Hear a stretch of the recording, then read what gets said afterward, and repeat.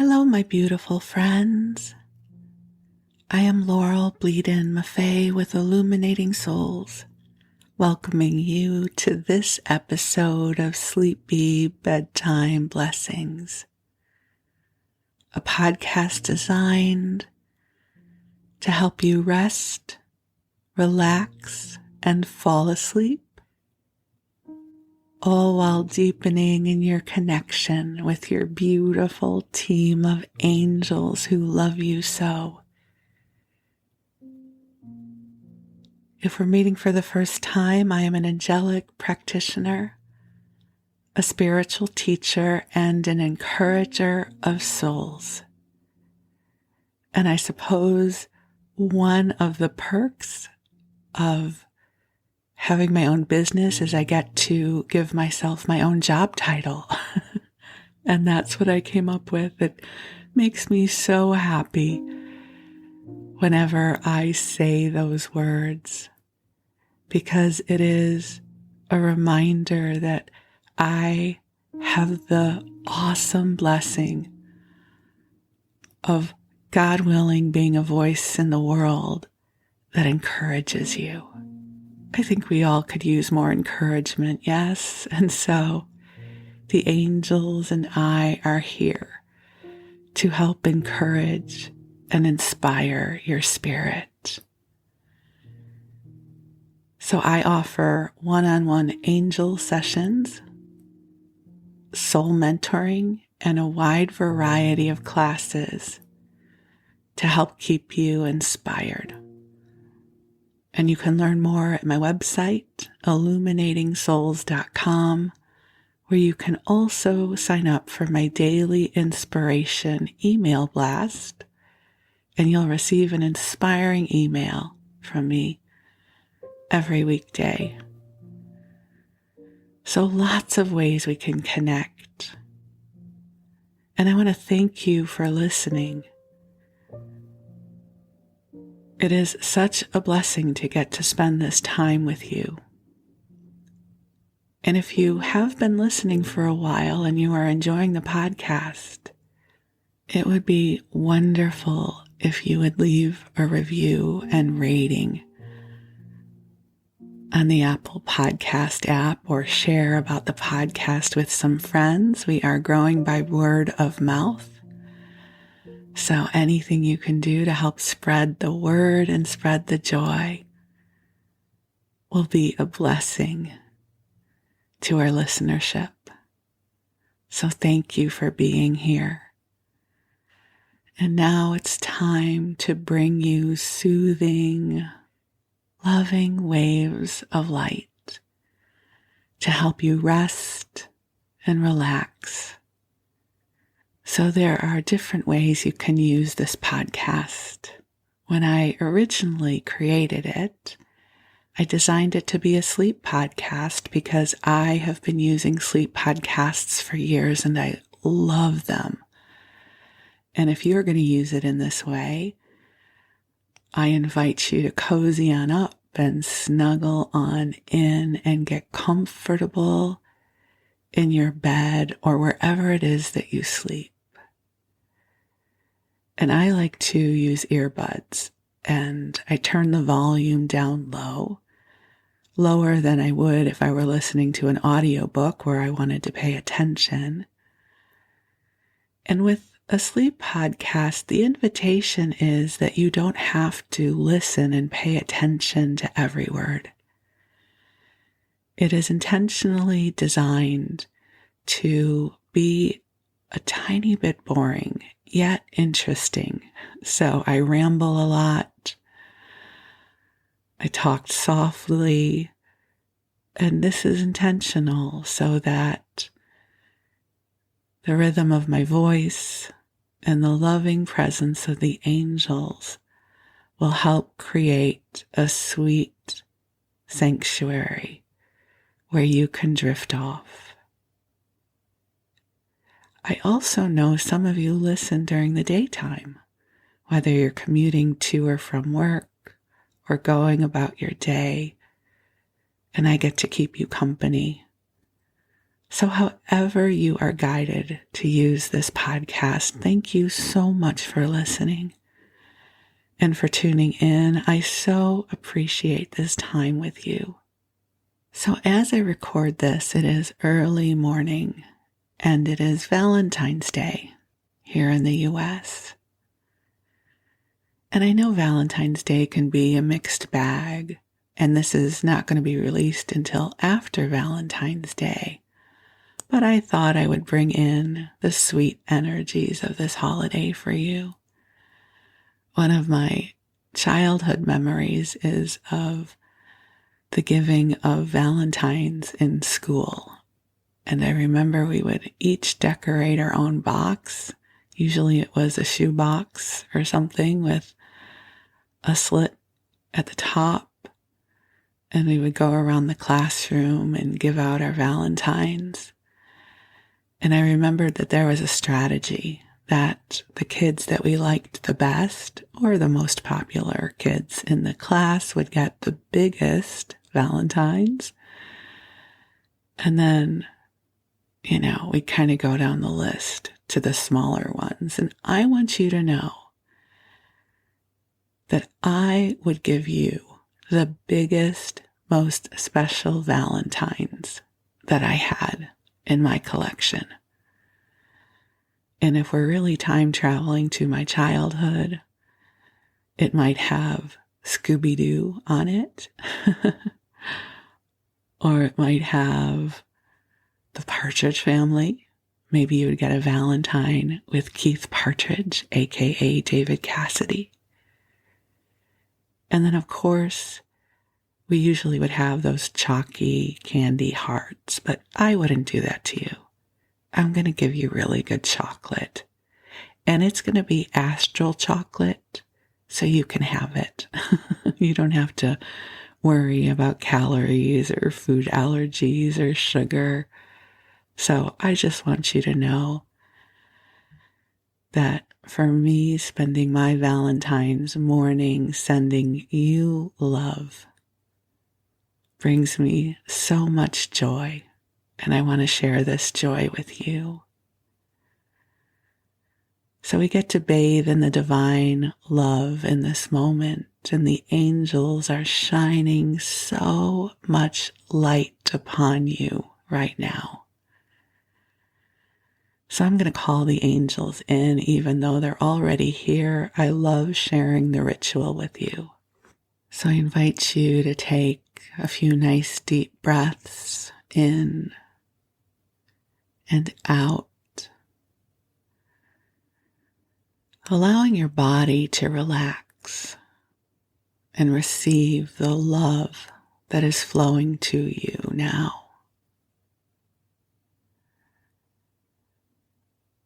And beautiful angels on high, I invite you to join us here. And I ask that you bring in waves of divine love, and that this love constitute itself in ways that each of our beloveds will recognize it in the days or weeks to come. I ask that you bring them signs of magic, serendipity, inspiration, and joy. And angels, I ask that you help clear and balance our energy fields so that we can breathe more deeply and connect with the wisdom of our souls. I ask that you bring to us the divine heavenly light that helps us remember who we are as divine beings in human form. I ask that you help us to come into the deepest healing that is available to us in alignment with our soul's purpose. And dear ones, just take some nice deep breaths in, allowing these waves of light and love to gently wash over your body, your physical body, your light body, your mind, and your emotional heart. Just allow yourself to be bathed in divine love. The divine love is like an elixir. It is a vibration that brings with it a lightness of spirit. It helps us connect with the greater expanse of all that we are.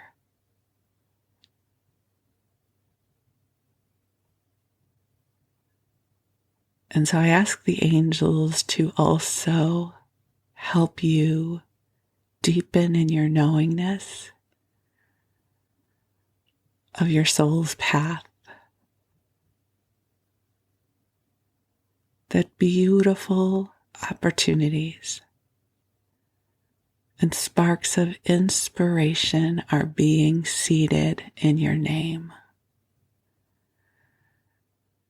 One of my favorite things about working with the angels is it reminds me that I, the earth girl, that is Laurel, that I need not do all the heavy lifting or strategizing in my life. That my soul knows where I'm going, that God knows what is here for me. And when I attune to my divine knowingness, when I lean into my connection with the angels, it's like the breath of God helps whisper to me what's next and where to go. I follow the sparks of inspiration, or the soul whispers, as I love to call them. And you will not hear them like a real physical voice. Instead, they float into consciousness, and they sound like you. There's a wonderful line in the movie The Bishop's Wife, and the angel Dudley, played wonderfully by Cary Grant, says something along the lines of, it is the angel's job to whisper into people's ears so they think it is their own idea. So for example, I don't know yet what classes I am offering in March, but I can feel something germinating. It's right there. And I've asked the angels to download it to me, help bring forth a new class that will inspire and uplift those who are meant to take it. Show me. Help me see. Bring it forward. So I release that prayer, that request, and then I start daydreaming and imagining and noticing what threads of inspiration are flowing to me. And my apologies, a loud plane just decided to flow over as I was talking to you. So I ask the angels to help me connect with the inspiration for something lovely and new that I can offer next month. So if you're on my mailing list, when you see the announcement come forward for a new class in March, you will be in the know that the seeds for that were planted and germinated, and the whispers just started coming in this week. And you can use this process for something in your life too. It doesn't just work for me because I'm super special. Listen, I'm special, but you are too. We all are. We're all super special. So, is there something the angels can help you with? Would you like some inspiration? Is there an area in your life where you would like to bring healing or a new adventure? Ask the angels to help you connect. And then maybe we can compare notes in the next month or so and see what seeds are being planted in our names. And I affirm that your prayers and your divine requests, they are being received by your angels who love you. And the bright, beautiful expansiveness of your divine soul is helping to bring to the earthly expression of you insight, knowingness, inspiration, and energy. You know, the lovely thing about divine inspiration, in my experience at least, is that it comes with its own battery pack.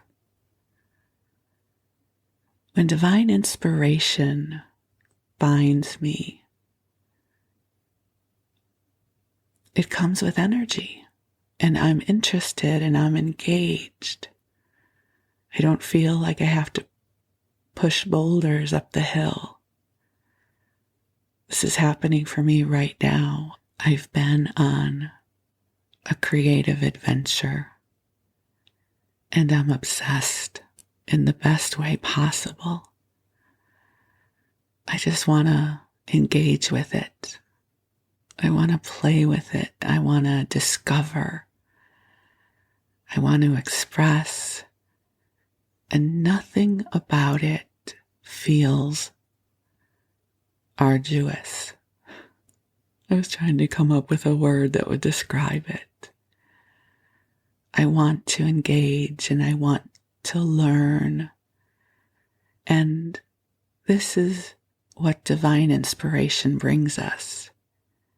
It helps us say yes. So here's to divine inspiration flowing to you in a way where you will feel the yes emerging through all that you are. So take some nice deep breaths in and out, allowing your body and your mind to rest, that you have done enough for this day, and it is your turn to receive the goodness that is here for you. So you cozy on up and snuggle on in, fluffing up your pillows and pulling up your blankets just so. And you can drift off whenever you are ready. And while you rest, I'm going to read to you and ramble for you for a little while. So for this episode, I was guided to go back to Country Life in America, which was published in the early 1900s. And the issue I'm going to read from and wander through the pages of is from June of 1907. I downloaded this off of Google Books, which is a treasure trove of goodness. If you haven't searched through Google Books, I invite you to do so, and you can ask it to retrieve for you books and publications by year or by keywords, and anything published, in the US at least, prior to 1928. So if it was published up to December of 1927, it's in the public domain. So many books and periodicals have been scanned by Google and they are available. And so you can either read them online or download a PDF. And so I downloaded the PDF of this publication. And I was guided to bring this forward because I happen to love these episodes. So I listen to my own podcast as a sleep tool. And for some reason, these episodes where I wander through the pages of old magazines, they're just wonderful for falling asleep to. So perhaps they'll work for you as well. And I find them fascinating. So we're going to go into the Wayback Machine into 1907 and see what's in store for us. So we start off with a full-page ad from Tiffany and Company. And they are advertising for their diamonds, for their jewelry. So they have solitaire diamond rings for $30, $53, $85, and $100. Now, before we scramble into the Wayback Machine and start pulling $20 bills out of the ATM, let me calculate for you what that would be in today's dollars. So the $30 ring would actually be $947. And the $100 ring would be $3,157. And this is all US dollars.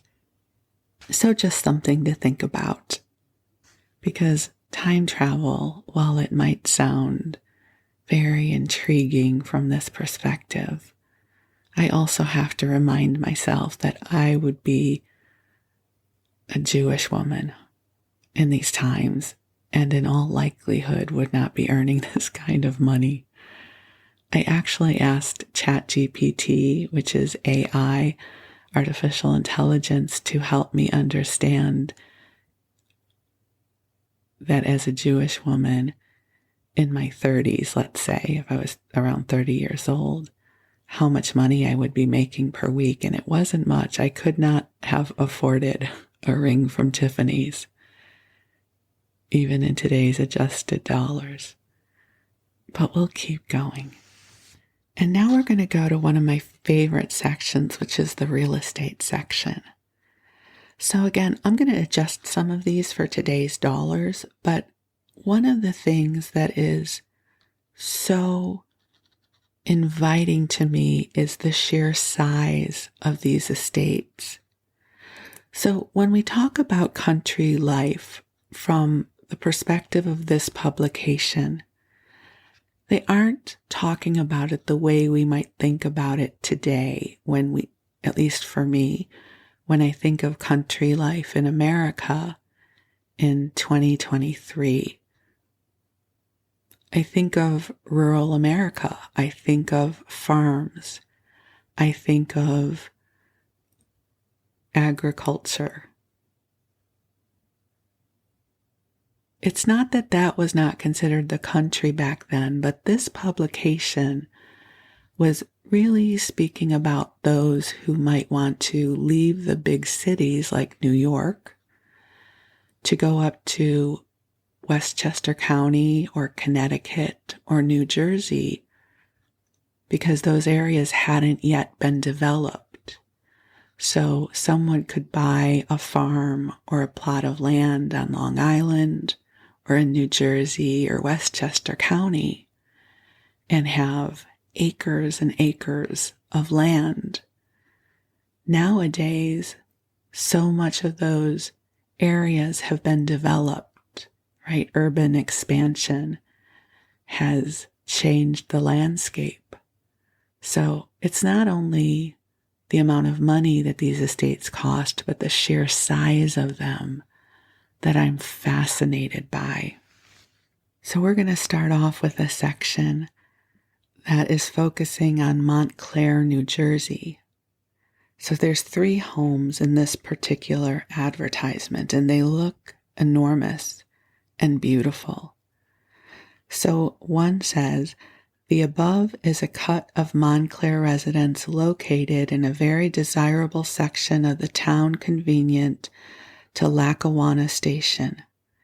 It contains 12 rooms and 2 baths, and all modern improvements, and is situated on a plot of ground 116 feet front by 334 feet deep, beautifully laid out in lawn and garden, with numerous fruit and ornamental trees and shrubbery.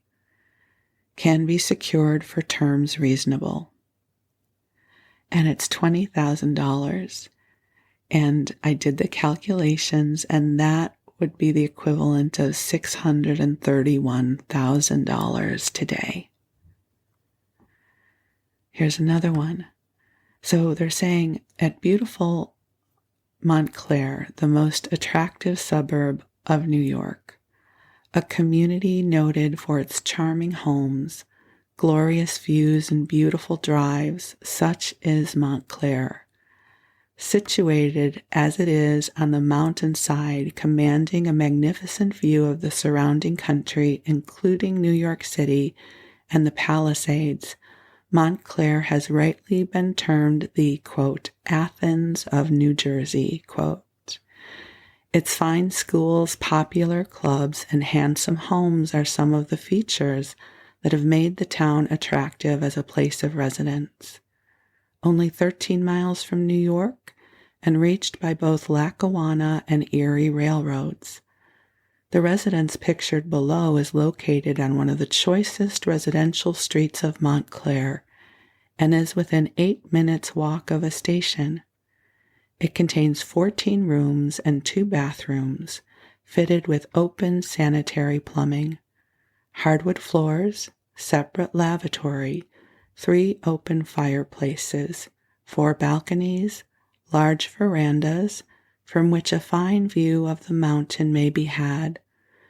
Property is 92 feet front and 200 feet deep. The price is $14,000 or $442,000 in 2023's currency exchange rate. Easy for me to say. And here's the third one. The handsome residence pictured in the lower right-hand corner is situated on the mountainside amid beautiful surroundings.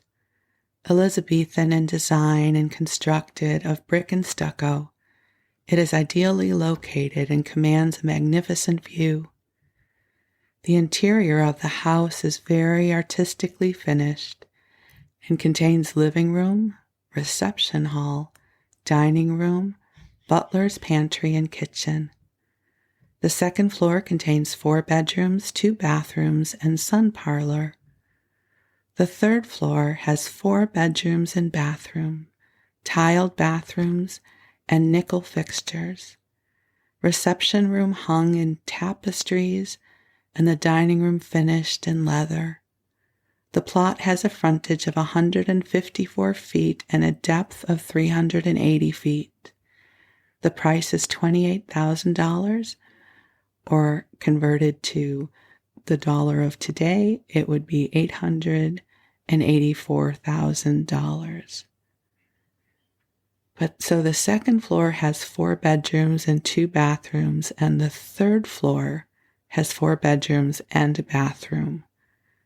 And it has a butler's pantry and a reception hall. You absolutely would need help in that house, because that's a lot of house. Okay, here's a few more. Here's another one in Montclair. And, you know, it's morning here and the birds are starting to chirp. So if you hear that, just in consciousness, add that in as lovely ambiance as we're talking about the country.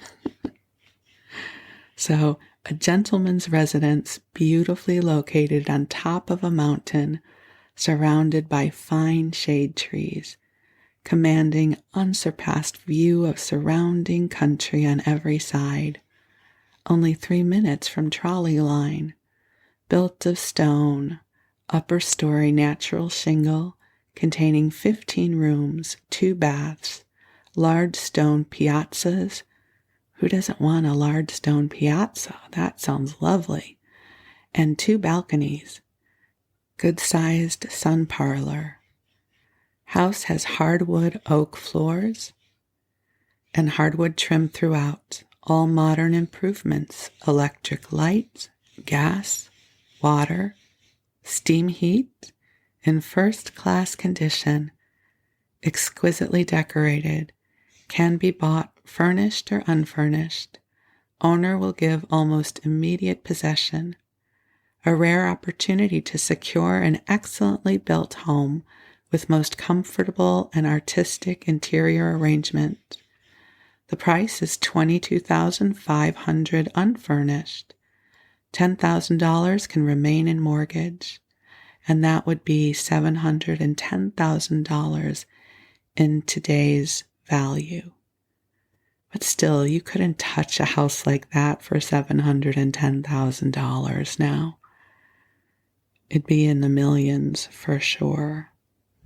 Okay, so I'm not going to be converting the money anymore because I would have to go back to my web browser, and I'm just going to keep reading because, perhaps you're drifting off to sleep and that part isn't even important anymore. So here's an opportunity to own Arbutus Lodge in Island Heights, New Jersey. I'm not quite sure where that is, but this looks like a magnificent, huge home, I guess worthy of calling a lodge. So corner of Oak and River Avenues on a bluff overlooking Toms River. Most desirable property, best location, and the prettiest summer resort on New Jersey coast. A veritable yachtsman's paradise. A large, beautiful summer home, exceptionally well furnished. The lot is 50 by 186 feet. The cottage is in perfect order. Massive artistic open fireplace, sun parlor, and all city conveniences. 5 bedrooms, 3 communicating. I don't know what that means. And a very large up-to-date bathroom on the 2nd floor alone. So it goes on to describe some other elements of the property and says also the fast, staunch, and comfortable 25-foot yacht Mina, winner of the Sewell Cup twice in 1901 and 1904, the Blue Ribbon event of the Barnegat, I think that's the word, Bay, also the prettiest rowboat on the river, built of cedar and mahogany. Riparian rights, dock and yacht anchorage in front of the cottage. 56 miles from Philadelphia, 80 miles from New York near Island Heights Yacht Club. The house is affording its select membership of ladies and gentlemen, varied and constant entertainment. The house is ready for immediate occupancy for $10,000.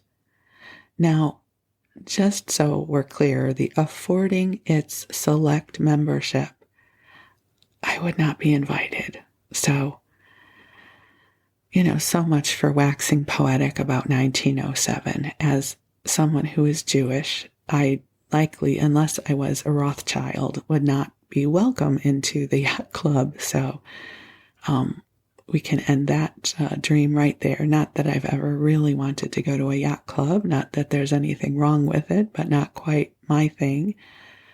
But I will also say that these kinds of country homes were very popular for those who had the money for them, because if you lived in New York City during the summer, it was incredibly hot and humid, and it's densely populated.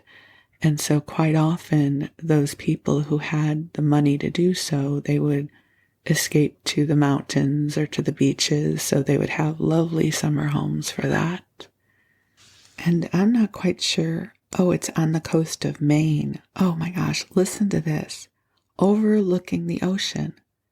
116 acres, stately maples on lawn, 550 feet of shore, bathing and boats, a 17-room house, large stable, outbuildings, all good repair. Keep a dozen cows, just, in case you want to. 60 apple trees, near boat landing, coast of Maine. To settle estate, only $3,500 part cash. For picture of the house, it says Sea Farm on page 13 of Strout's List 18. I don't know what that is, but I might have to do a little Google search on that after I record this episode and see what's there. But, how lovely would it be if one of our ancestors were able to have purchased 116 acres of Maine oceanfront property with orchards, and somehow it stayed together, and then we could have a lovely retreat center. That would just be so nice. Okay, and here's an ad where they're selling a community for a summer home. Again, I would not be invited into this community, but I will still share it with you. So I'm going to affirm that in the astral realm, these communities are profoundly inclusive and lovely places to live. So this is called, I think it's Shinecock or Shinnecock. It's SHINNECOCK. So whatever that word is, Hills, Long Island. The ideal place for a summer home, another Newport, only 1 hour, let's say 1.75 hours away from New York. And then it says, if you have money and want the social advantages of a refined and exclusive circle, in the climate of an ocean island where you can have acres instead of lots, with a good inn at your service, where every form of outdoor sport exists in its perfection, you will find no place equal to Shinnecock, Hills. Oh, okay. Well, listen, we're going to move on to a place where we could all live together. I want to find a place where we can all be together, and is not necessarily profoundly exclusive, because who wants to hang out with those people anyways? Okay, this place is huge, and I think it's in Boston or near there. So it looks like an enormous estate. And it says seashore and country are combined in the magnificent estate of Eben D. Jordan. And then it says the Forges near Plymouth, Massachusetts is for sale, consisting of over 1,300 acres of land, of which 300 acres are in a high state of cultivation. The mansion house is of wood, stone, and plaster in the Elizabethan style, containing 16 master's bedrooms and dressing rooms. This is like Downton Abbey. So 16 master's bedrooms and dressing rooms and 8 bathrooms.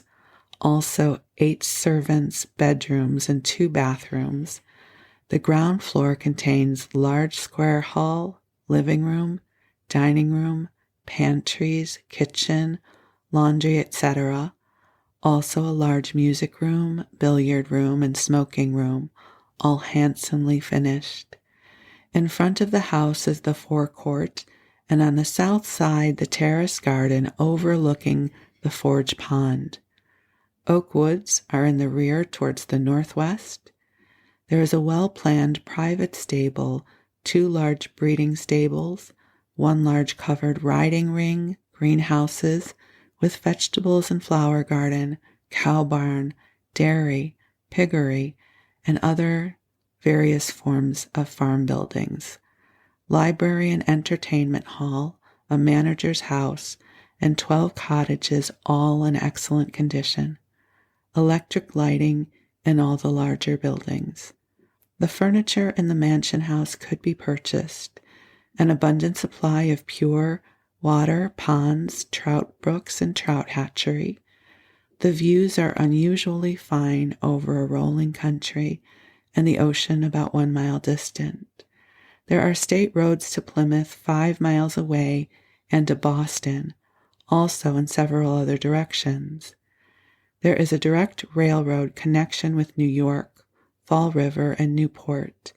The estate is exceedingly well adapted for a country residence, combining it with very unusual opportunities for stock raising. So it doesn't give the sale price, but wow, that's amazing.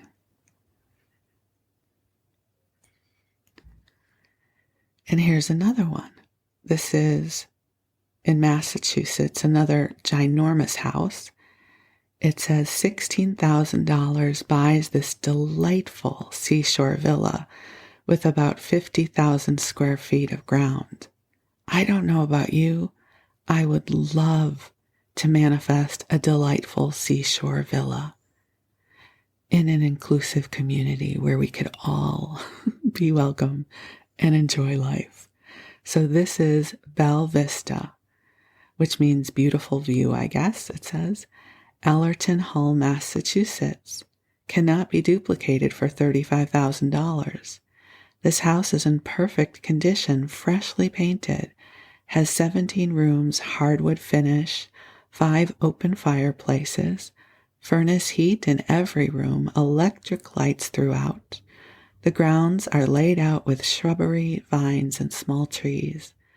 Fine yachting and surf bathing. The neighborhood is very desirable. Excellent roads for carriages and automobiles. A delightful 30-minute water trip across Boston Harbor to Boston. Steamers running every half hour or so from May to October. Also railroad and trolley accommodation to Boston. The price is $16,000, part of which can remain on the mortgage. Okay, listen to this one. And it doesn't have a price, but it's an enormous estate house. Like, again, huge, like it's an inn or something. And it says Campobello Island for sale. Now, I don't know if that's an island or that's what they just call it. Only a 15-hour ride from Boston to one of the most beautiful... Oh, it is an island. So, okay. What do I know? Only a 15-hour ride from Boston to one of the most beautiful islands on the Maine coast. It is 1.5 miles from Eastport, Maine. It has an area of 10,000 acres. Wow. 8,000 of which are for sale. Part of the 2,000 acres are owned by, and they give all of these names, which I'm assuming if you moved within society, you would know these people. I'll share the names with you anyways. Owned by Mr. James Roosevelt of Hyde Park on Hudson, Mr. Alfred Pell, Mrs. Hartman Kuhn, Gorham Hubbard, Mrs. Kate Gannett Wells, Dr. Russell Sturgis, and Dr. Sidney Lord. Also, Mr. Travis Cochran of Philadelphia, Mr. Lawrence Prince of St. Louis, and the Mrs. Brooks of Baltimore have erected charming places. I'm sure they all are people of some prestige. If we went into newspapers.com, we would probably find all sorts of society stories. Think Philadelphia story, yes? Tracy Lord and C.K. Dexter Haven, I think is what they're saying here. The island is 10 miles long and between 2 and 3 miles wide, has 50 miles of the finest roads and many bridle paths. I don't know how to say this, Tinny Coed Hotel, so it's spelled Ty-N-Y, Coed Hotel, fully furnished, goes with the property. So there you can immediately have a place to put the people you don't really want to spend a lot of time with. A number of springs and the finest of waters can be found at different places. The island offers an unparalleled opportunity for an exclusive summer resort. Oh, there's that word again. I don't like that. But listen, if I'm frickin' buying 8,000 acres, I'm going to invite whoever I want, and you would be absolutely welcome there. Whether you would be considered in the exclusive list or not. We will have a very bohemian, creative, artistic, mystical, wonderful retreat center. And you could bring your pets because clearly we're going to have plenty of space for everybody. Okay, so Professor Shaler of Harvard College says, the climate of the island is the most important of its features. Its position is such as to ensure its absolute immunity from the excessive heats of summer, while its insulated position and the strong wind currents of water that sweep around it makes its winter climate less rigorous than that of the neighboring mainland. The extensive forests of balsamic firs seem to affect the atmosphere of this region, causing a quiet of the nervous system and inviting to sleep. All right, so when we invent our time travel machine, I will find my way to purchasing this property for us, and we can have our Sleepy Bedtime Blessings retreat there. It'll be wonderful. And then there are more real estate ads, which aren't, listen, I'm going to just sort of stop with real estate there because I cannot beat buying 80% of an island with a giant estate on it, like something out of Downton Abbey or the Gilded Age. And then there's a page for the kennel directory for dog breeders, which, again, then if we're going to be living in a Tonyed society, you wouldn't just have a mutt, you would have some sort of purebred. And I just thought I would share with you the breeds that they are advertising. So Boston Terriers, Pomeranians, quite a few what look to me to be pit bulls, but they would, of course, not be considered that. They would be considered sort of a terrier mix or something like that. Boston Terriers, lots of Boston Terriers, Cocker Spaniels, English Bulldogs, lots of English Bulldogs, Maltese Terriers, a Dachshund, Irish Terriers, Scottish Terriers, Airedale puppies, Fox Terriers, let's see what else, Collies. Oh, they have Samoyeds. That makes me happy. I grew up with Samoyeds. So, Silver Persian cats. You wouldn't just have a barn cat, you would have a Silver Persian cat. English Bloodhounds, Russian Wolfhounds. The other thing I will say is a lot of these breeds, their standards have changed over the years. So they look a little bit different. And then there's an ad for different horses, of course, and livestock, which I will skip over. And then we get to the list for the different schools. And I don't know why these sound torturous to me. Like if someone sent me away to one of these schools for girls, it just sounds terrible. I think I would have absolutely wanted an education and valued it, but being sent away to, some sort of school where they're trying to refine me. So I'll read some of these to you. The Gilman School for Girls in Cambridge, Massachusetts. Corporation controlled by Harvard professors who instruct in Radcliffe College. Many teachers, mostly Radcliffe graduates. The classes are small. Courses of studies are planned for each pupil. primary, intermediate, academic, and college preparatory departments. Teaching is thorough.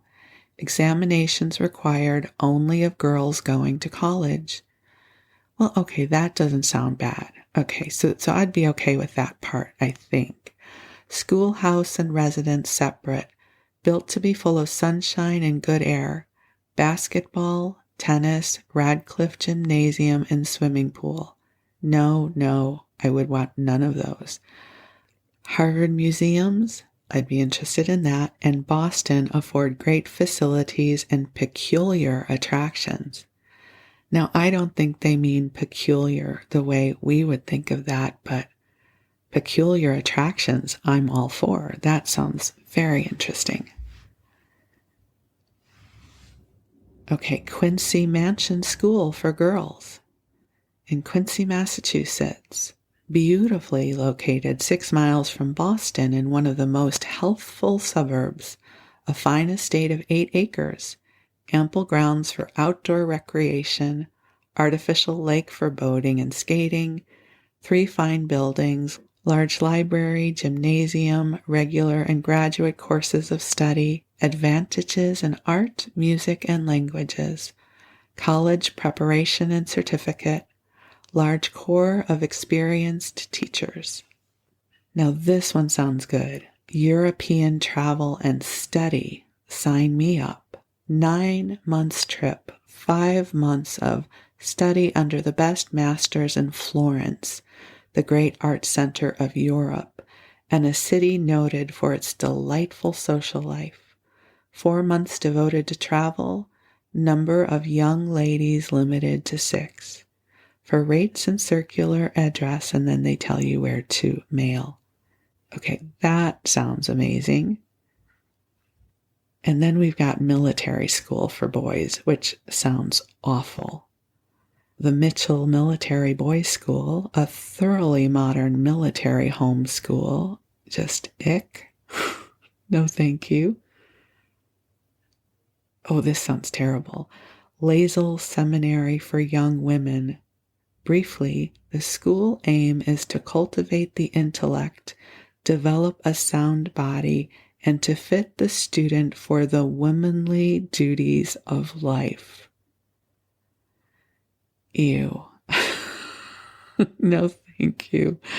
Oh, they're probably talking about etiquette, how to sit, right? How to entertain. Oh, no, thank you. No, I'm going to go to Florence. I'm going to opt for the European travel and study. And here's another one that is definitely not for me. Rogers Hall School for Girls.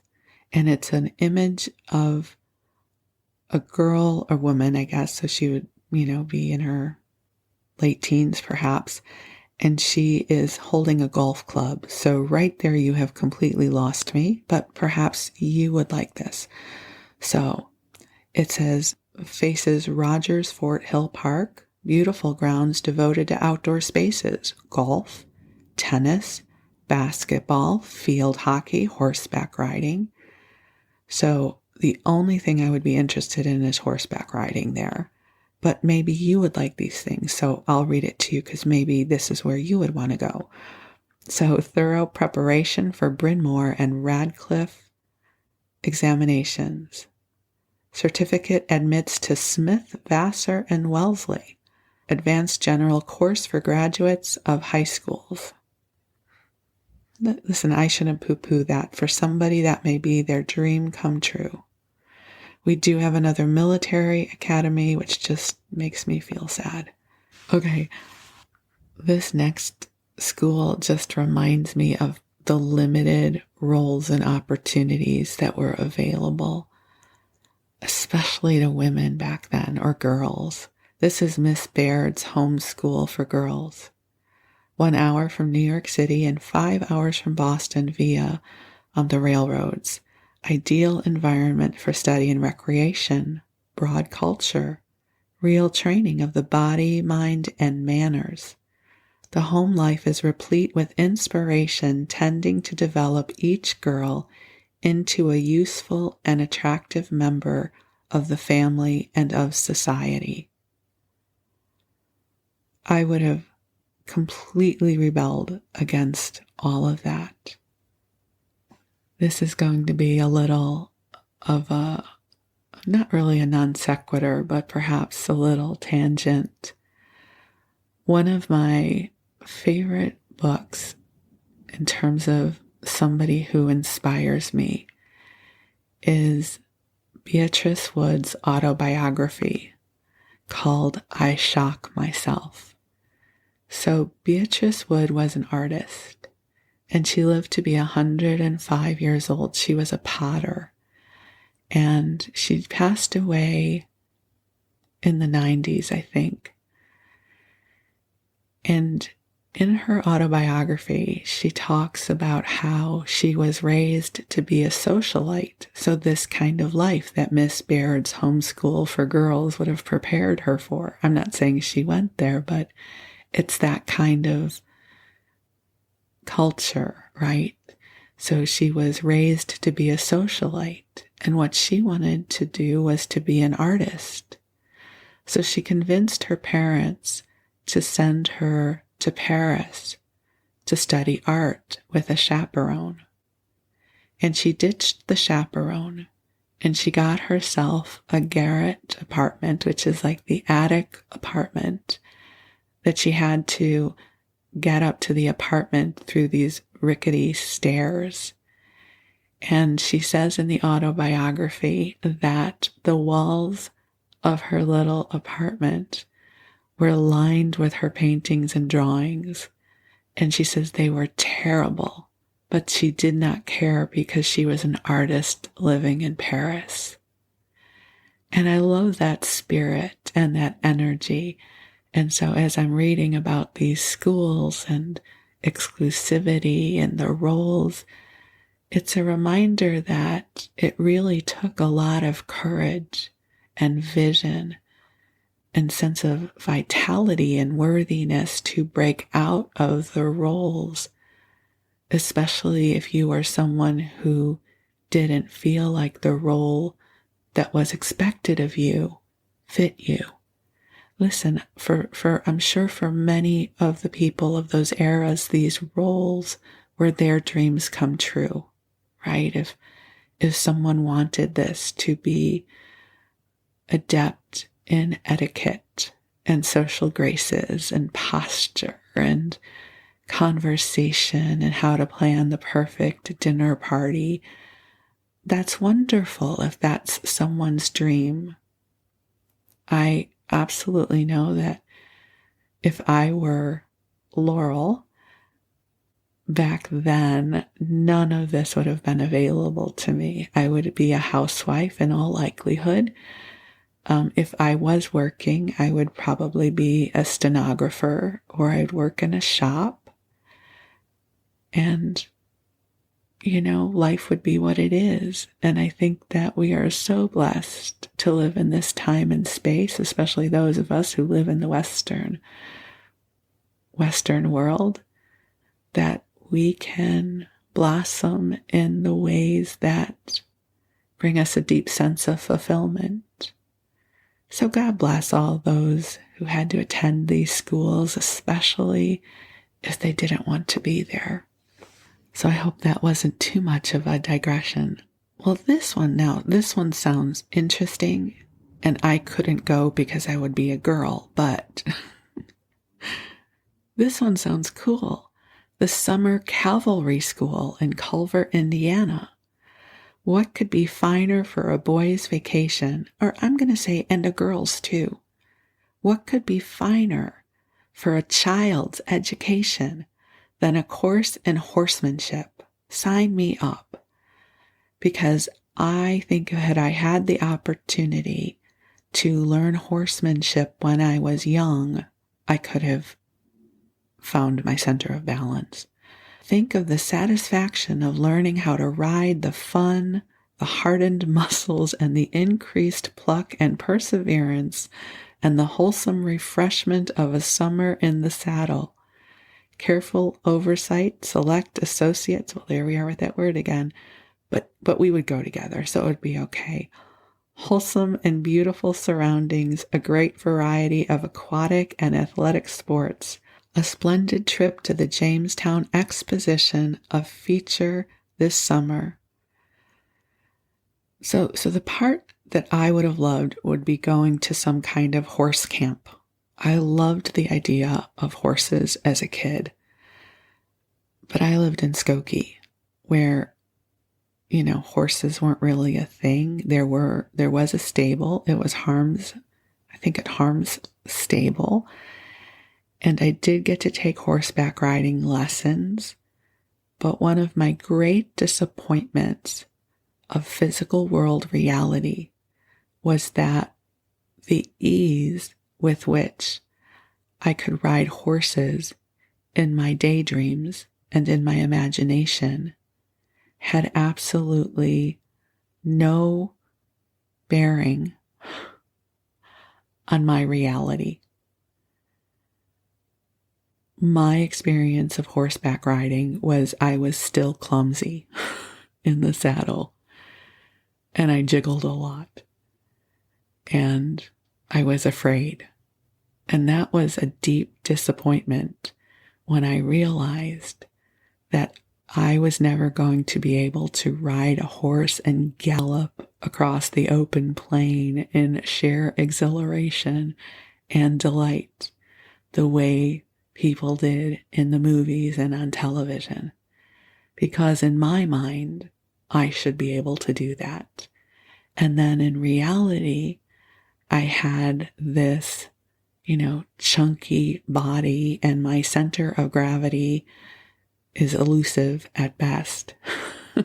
And I did not have a gift for horseback riding. One of the disappointments of this lifetime. I don't know, do any of you kind of keep a running list of what you want to experience in your next incarnation if we are to have one? I have a couple, and I'm now going to add graceful